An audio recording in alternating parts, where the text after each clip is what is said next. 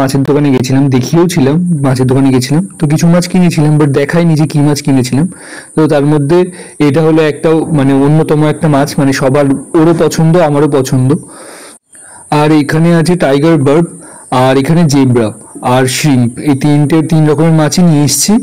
আরও নেওয়ার ইচ্ছা ছিল, আরও দু রকমের মাছ নেবো ভেবেছিলাম। তো বললো যে ওটাতে কি পয়জন পড়েছিল হয়তো জলের ট্যাঙ্কে, তো বললো 2 দিন পরে নাও। তো এই কারণে আর কোনো মাছ নিইনি, এগুলোই পছন্দ হয়েছে আর এগুলোই বেস্ট আমাদের মনে হয়েছে যে অ্যাকোরিয়ামের জন্য আমাদের। তো এখানে শ্রিম্প নিয়েছিল 25 টাকা করে পিস।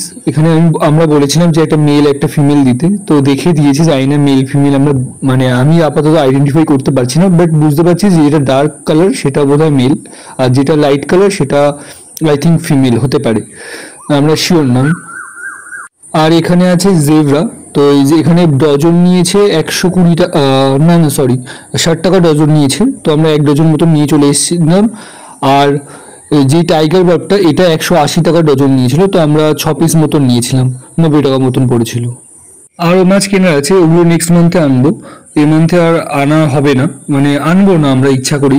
তো দেখা যাক এগুলো কেমনভাবে কি সার্ভাইভ করে, কতটা কি পারে। তো তারপর না হয় ডিসিশন নেওয়া যাবে কী ধরনের মাছ আনা যাবে বা কী নিয়ে আসতে হবে।